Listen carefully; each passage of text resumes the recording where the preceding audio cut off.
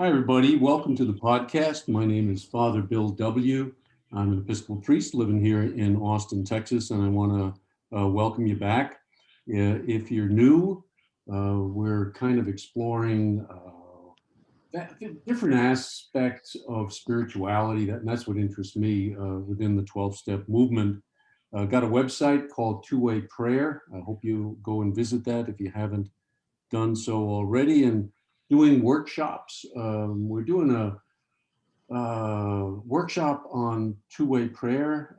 It's going to be every Saturday at 10 o'clock Central Time, 10 through 12:30, and just made arrangements for that to be monthly on the second Saturday of each month for the coming year. So if you would like a flyer on that, please drop me a line at twowayprayer@gmail.com, and I'll send you a copy of that, and also get you signed up for our newsletter.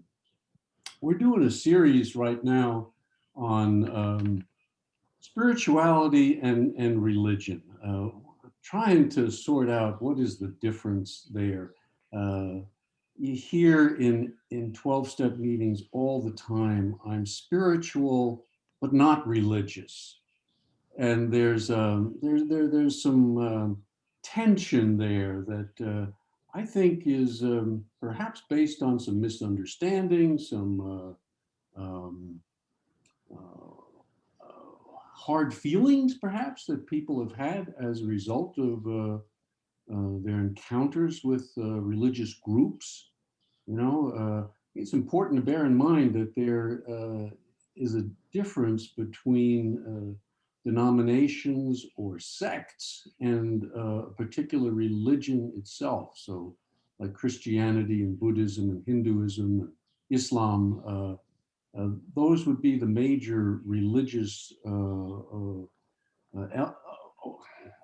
elements or belief systems, but they're meant to be experienced. So anyway, what I want to do is have interviews with people who are practicing a faith, a religious belief, a religious system that they're participating in.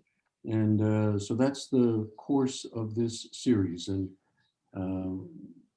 we want to start off with a welcome to David A. David is a practicing Roman Catholic, also in long-term recovery, lives out in a beautiful part of the country, Puget Sound area in Washington State. David and I have become friends the last several months, and it's always dangerous if you become a friend of mine because I immediately put you to work in some way. So I apologize for doing this to you, David, but I know that you're a serious 12-step guy in recovery, and I also know that you're a serious Catholic in the practice of your faith. So I just couldn't think of a better person to come on to the podcast and share experience, strength, and hope with us. So let me ask you a little bit about your drinking history and your recovery. If you maybe walk us through that and give us a sense of it, and then we'll dive into your faith experiences along the way. It's all yours, David. Okay, absolutely, Father Bill. And first and foremost, I want to express my great gratitude for, this offer and this opportunity. It's just reflecting on this has really given me yet another, nidus opportunity for growth. So thank you.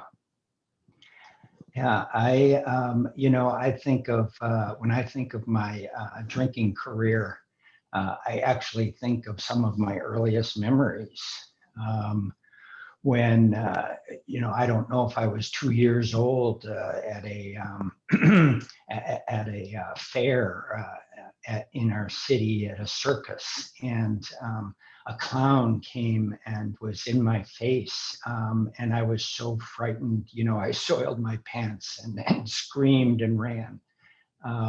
And memories not only of being afraid and wanting to, bury my head in my parents' arms, but times when, I had temper tantrums and screaming because I didn't get my way.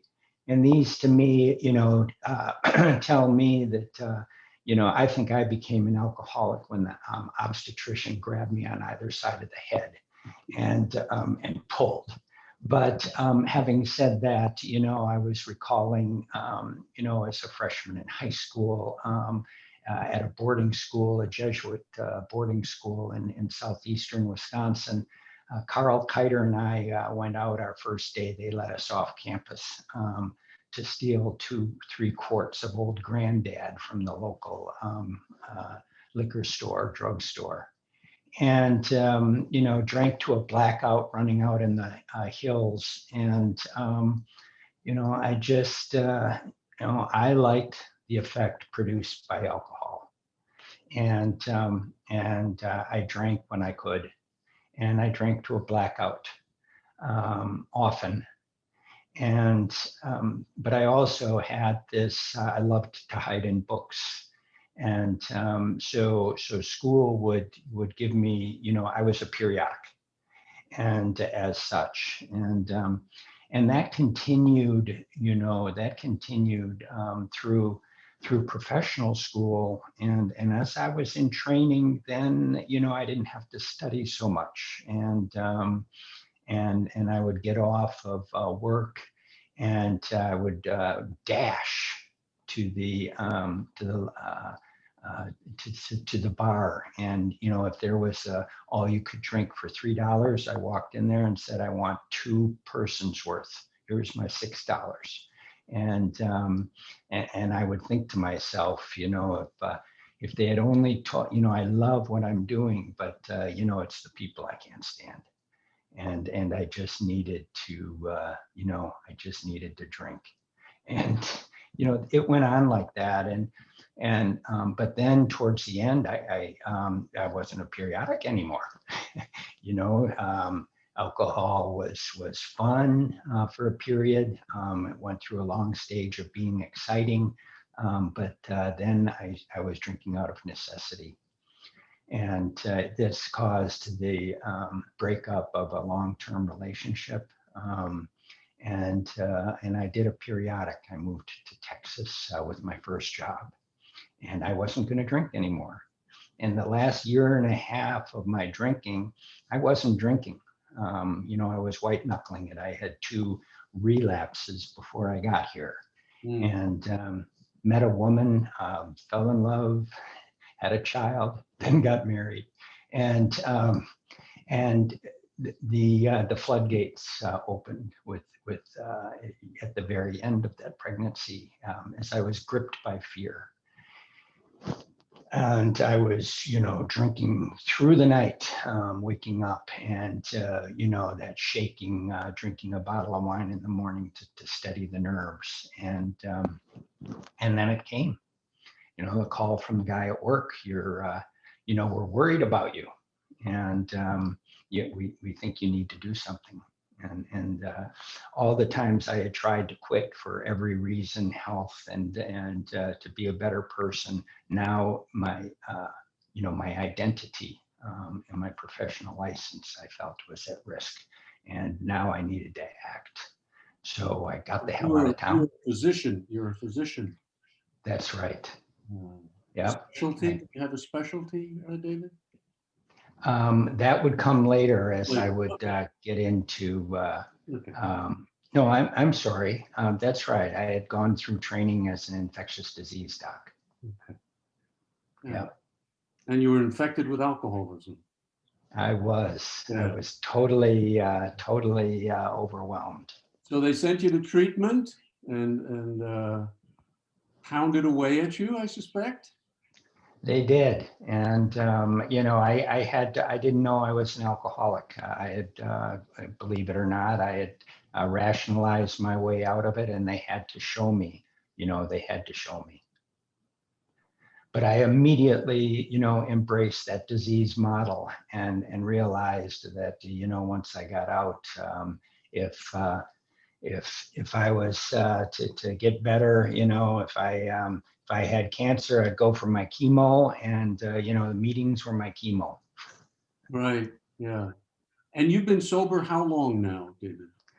That was so over 25 years. That was April 1995 Over that I got 25 here. years. And you've been practicing your faith throughout your life. So I'm kind of interested in what was going on before, as you were growing up, what maybe happened during the course of treatment, if anything changed there, because we're being introduced to maybe some other concepts or such, and then we'll look at where you've gone with it since then. So how about growing up? Yes. Yeah, absolutely. So, you know, my parents were very, very active in the church and in the church community. And, you know, I saw how that grounded them and how that made them a part of. And I, you know, went to Catholic grade school. I was a altar boy. And, you know, I loved to participate in that as well. Um, I saw that you know the joy and the even temperament that my father had. He would later become a deacon, and but we had priests in our home, and we were taught to really respect all of the clergy. So I had a great amount of respect and almost awe for their devotion. Um, my religion was very superficial. I can look back at it, and in that big book, I think it's in the 12 and 12, he talks about the religious person with alcohol on his breath, and I would go to church drinking a pint of gin on the way there, just to get spiritual, I guess.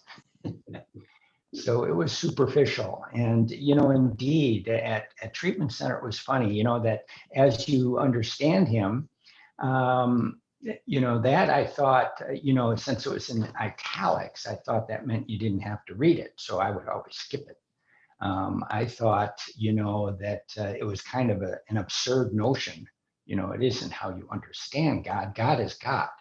God is everywhere. And I had not achieved, this personal relationship in any way, shape, or form. Um, but my faith was there. It was something that was underneath the surface. I had explored it extensively during undergraduate training, taking courses in myth and Christianity and the world religions, and then Jungian Christianity. And these experiences, as I read Nietzsche and kind of rejected his logic, and was attracted to Kant's proof of God, and couldn't identify with Kierkegaard's nihilism. But what did capture me was Jung's notion of the function of religion, how that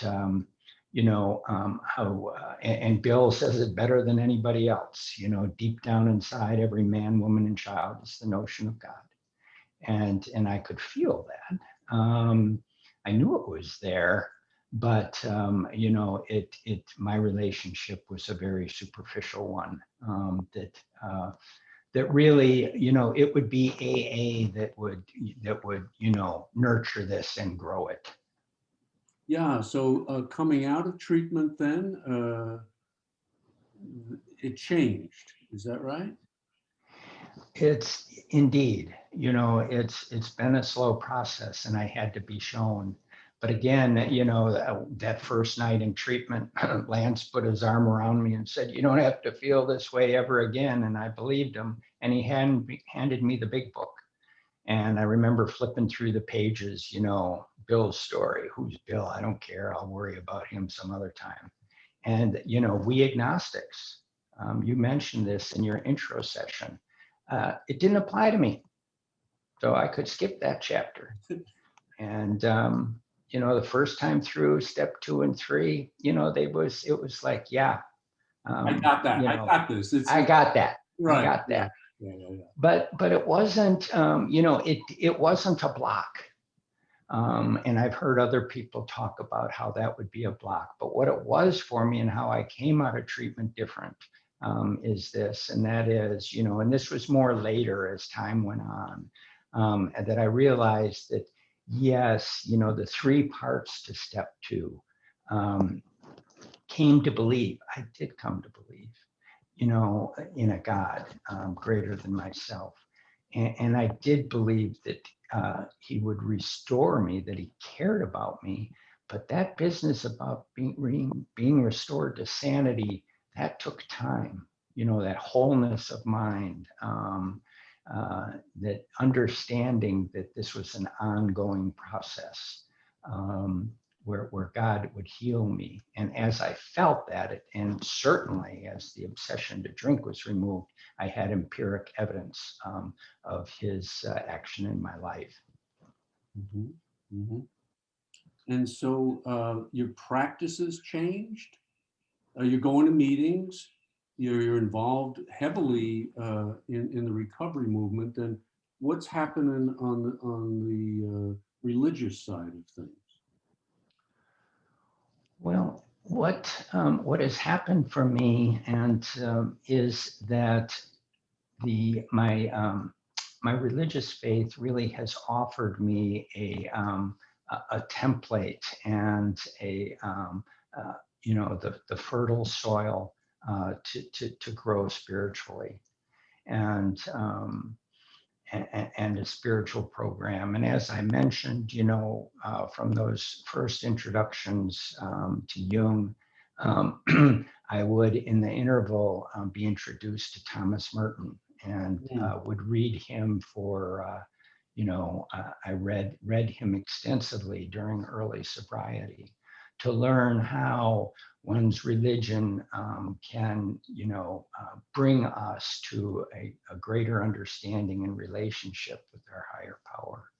So it was really through what are called the Christian or Catholic mystics that my spirituality would grow.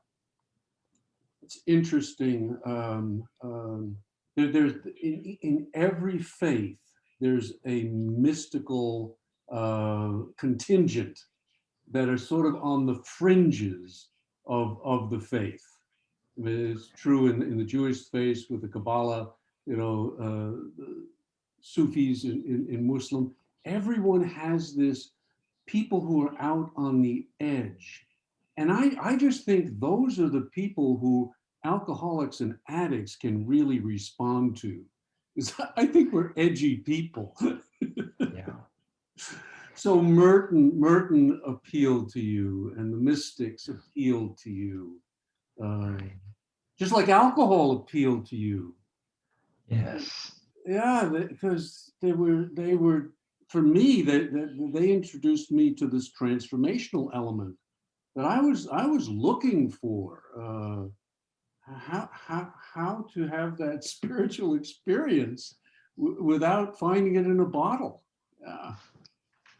Well, that's exactly right. And, Merton, I think that, Thomas Merton and Bill Wilson's description of this spiritual experience really overlap. They really overlap. And in particular, when you look at step 11, the two key features of that are to seek, and to improve. And Thomas Merton talks about that all the time. He calls it, not seeking as much as having a desire. And, seeking, desire, willingness are all part of the same gift. And, I love the line of Merton's, I know that I please you, God, because I desire to please you. And it is that desire alone that pleases God. So Thomas Merton has taught me, like the program does, that it's by the love of God and the love of one another that we are fulfilled. Mm-hmm. Yeah. Right. Let me talk a little bit about practices, religious practices. Um, I think they're tremendously important, and so the ritual and ceremony and their place within the spiritual journey. See, if you're spiritual but not religious, one of I think you're then removed from the ability to participate in ritual and practices like that that have a transcendent quality to them. You know, so talk to us about some of the religious practices that you do along with your 12-step involvement. Yes. So I find a lot of peace by going to mass and to being in a church, to being in a cathedral. And as I sit in mass and So participate. let's take this slowly because I think this is really important. What you just said, just being in that physical place, there's something that comes over me Yes. interiorly. Yes. Yeah, Right. yeah.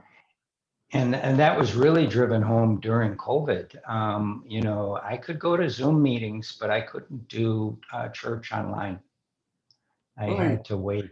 I had to wait until it just didn't do it. And I had to wait until they opened up the doors again so I had a long interruption in mass that had never occurred in my entire life. I can count the number of times I missed Sunday mass in my entire life, right. even through my drinking. Yeah. But yes, indeed, the place. The place, yeah. I mean, I've been in Buddhist temples, and it's like as soon as I step inside the door, I'm in a different kind of space, Right. and that architecture is important. Yes. Hmm. And knowing that, people have been sitting in the pew that I'm sitting or in the space that I am for centuries. And, when the priest goes through the rituals and in particular, when during the consecration, the core of the mass, that this has been done for, now over 2000 years. That gives me, and Bill refers to that in the 11th step and the 12 and 12. It says, people have been doing this for millennia. And that gives me great confidence and security. Yes, yes. I was in India for a very brief time, but there was a holy day going on, and though I was in Mumbai, millions and millions of people, and they're all out in the street participating in it, and you just get caught up in it, you know? Absolutely. Yeah. Absolutely. Yeah. And the message, my experience with Catholicism, and I alluded to this, was always and only the loving and forgiveness of God in Jesus. That's all I ever heard, that this was a message of forgiveness and sacrifice, that Jesus would sacrifice his love. So his life was so great, his love for us. So this is what I feel, when I'm most alone, that I can sit in church and feel God's love for me. And so from the beginning, Jesus was safe for you. Yes. Sometimes in the hands of some religionists, Jesus becomes unsafe. We're going to have a Yes. come to Jesus meeting, and it Right. ain't good. Right. Right. And I hear other individuals speak in meetings, and I understand where they're coming from, but I see oftentimes that their resentment is against the messenger, whether it was a parent or a clergy that was oppressive or maybe even brutal. Um, but for me, the message was never that. My mother, I can remember this, as clear as day. I can hear it as I'm saying it, that my mother would say, Jesus loves you. And if you were the only person on earth, God would have sent his only son to save you. Right. You know? Right. I want to get into tragedy a little bit too, Yeah. because That's no stranger to you in your life and in your faith journey. And it becomes a hurdle, an obstacle for many people. Could you Yeah, share a little bit of that absolutely. with us? Yeah, thank you. This is a huge part of my story, and that is that, my life and my family's, I should say that my family's history changed forever in 1984, July 31st. And that mantra I repeated during the midnight drive home would become armor to keep people away. And I just repeated to myself, don't think, don't cry, because I had just received a telephone call that an intruder had murdered my mother, and that my father was in the operating room, bleeding profusely, and they didn't think he would survive. And, interestingly, my reaction to that was never, and we would never find out why this happened. The intruder was masked and he disappeared. My father survived and would live another 30 years, 20 or 25, 30 years. And so my reaction was never one of anger at God, because I had just kind of come to accept the randomness of life. But I had an intense anger against mankind again. And I had alluded to this earlier when we spoke. This really fueled my separation and from you. And even as I, before I got into recovery, those 10 years, it was just stay away from me, just stay away from me, and I would smile.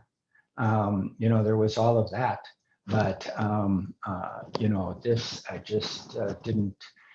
People would say, "Oh, why do good things happen? Why do bad things happen to good people?" And I'd think in my mind, because you're too weak. And and even after recovery, this was a something that I told that made me a little bit different than you. And the way it would change over time, as I said, with time in the rooms of AA, that perspective shifted. And this and what I've learned is it's in our woundedness that binds us together, and God embraces us in our suffering, and upholds us when our wings are tattered. And out of that comes compassion that unifies us as we seek our common destiny of love and to know God. So this is, I experience this same God wanting to heal our wounds. I experienced that in the rooms. I experienced that during Mass, and certainly that was the where I am now with the trauma of losing my mother, who I was very, very close to. I struggled with that image. I struggled with my Christian faith for a long, long while, um, and that thought of the Father inflicting onto the Son uh, the necessity of death was too much for me. Too much for me. And it's I'll tell you the way I got around it was when I look at the cross, I see the Father there as fully as the Son. And so it's a God who suffers with and not inflicts onto, but with. And I think it's that whole element of with that I'm hearing you talk about, David, that that I'm joined with rather than separated from. Yes. You know? Yes. Yeah.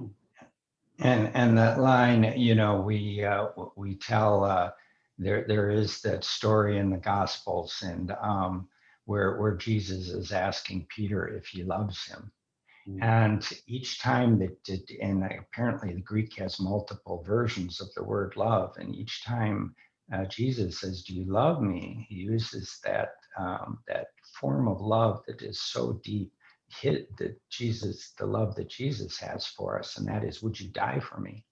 And Peter responds with the word love. He says, "Of course I love you," but he uses a version of the love that is, intense friendship and brotherhood. Right. So he repeats this, and I think this is the challenge that I have, and that Jesus' life demonstrates for me, is that intense love that I should give my life for you. Yeah. Yeah. And it's a turning point in my own recovery was when a woman at a meeting described alcoholism as a love disorder. And if you got down to the real root of it, what's going on inside, it's a love disorder. The inability to receive love, the inability to give love, and then searching for that love in all the wrong places. I mean, to me, that's what addiction is really about. And the healing only comes through the experience of that love. And ultimately, I believe the experience of even loving oneself, which is to me the hardest part of the journey, that forgiveness and acceptance and ultimately love. Isn't it? Isn't it? And we all come here with so much, self-pity and self-loathing, and so much of the healing is accepting, who and what I am. I mean, isn't that the target of step 7? That being right-sized and knowing that God made me just the way, that she wants me to be. That's right. That's right. That's enough. Yeah. Yeah. You're going to be starting the living school, attending the living school with Father Richard Rohr in early next year. I'm envious of you. That's actually how David and I met originally, was through that, the beginnings of that experience. And so, I mean, I just think it's so important that we continue to grow in our faith. Merton said something that I really liked. He said, if the God you're worshiping hasn't changed every 5 years, there's something wrong with the way you're approaching this. So, I mean, it's always going deeper and deeper and deeper.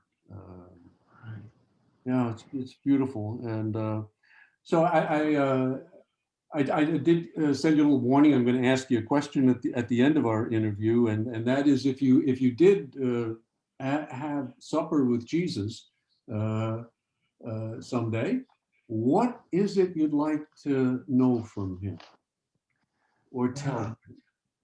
Have you thought about that? Absolutely. That is such a precious question, and in the back of my mind, I didn't even formulate it. There was this thought about, asking why this happened to my mother and father. Yeah. And, I thought that, as I said, that's just the randomness of life, that's like a mudslide or a tsunami. It just happened. But what really the question would be, and one I love listening to during Mass and the readings, is I'm always struck by how the apostles, and then particularly Peter, how he, after they witnessed all that they witnessed, the healing, the raising from the dead, he would deny him in the courtyard. And then when they would see Jesus after the resurrection, they would not recognize him. And that just baffles me to this day. And I would ask Jesus, how is it that someone could live with you and see all that you did and then not recognize you and not, and be bewildered? And while I struggle with that, I would love to know, how is it that this happens? Uh-huh. Does that make sense? It makes sense. Of course, it happens to me daily. Right. Exactly. Exactly. Yeah. Yeah. I mean, that's the Yeah. human condition. The human condition is is to be blown away by these spiritual encounters, experiences, and yet the ability of the ego to reformulate itself and reassert itself is Yes. just unbelievable. Yeah. I experienced the miracle of the obsession to drink being lifted. Yeah, And yet I continue to doubt whether, God will handle and help me with the situations, at work or with my family or some other, things that could be quite tragic or could be quite trivial. I'm in doubt that God will help me. And I feel as though I need to, take control and play God. right, right, right. Yeah. I was reading the other day somewhere. I can't recall who said it, but it was the image of a drop, like at death, a drop of water returning to the sea. It was Houston Smith. Uh, and that's fine. I can kind of get that. But he said, no, no, no. It's much more like at death, a drop of water that opens up so that the sea can enter into it. A total reversal. But to me, that it was one of the loveliest descriptions of the God-man connection that I had Mm, had come across. So it's beautiful. yeah, yeah, and you're one of the loveliest expressions of that I've come across as well, David. So I look forward to our friendship deepening in the years to come, and I thank you so much for sharing part of your spiritual journey with us. So. Well, again, thank you for this invitation and opportunity. It's been delightful. Okay, well, my pleasure, and the audiences as well. So uh, hope you benefited from some of the explorations we started there with David and his Catholic faith and how he has um, experienced that in the course of his recovery. I want to do a podcast with someone from the Protestant side of things as well, and hope to have that one in the can, as we say, by next week. And hope you'll come back and join us. So thanks so much for listening. God bless, and do keep coming back. Bye bye.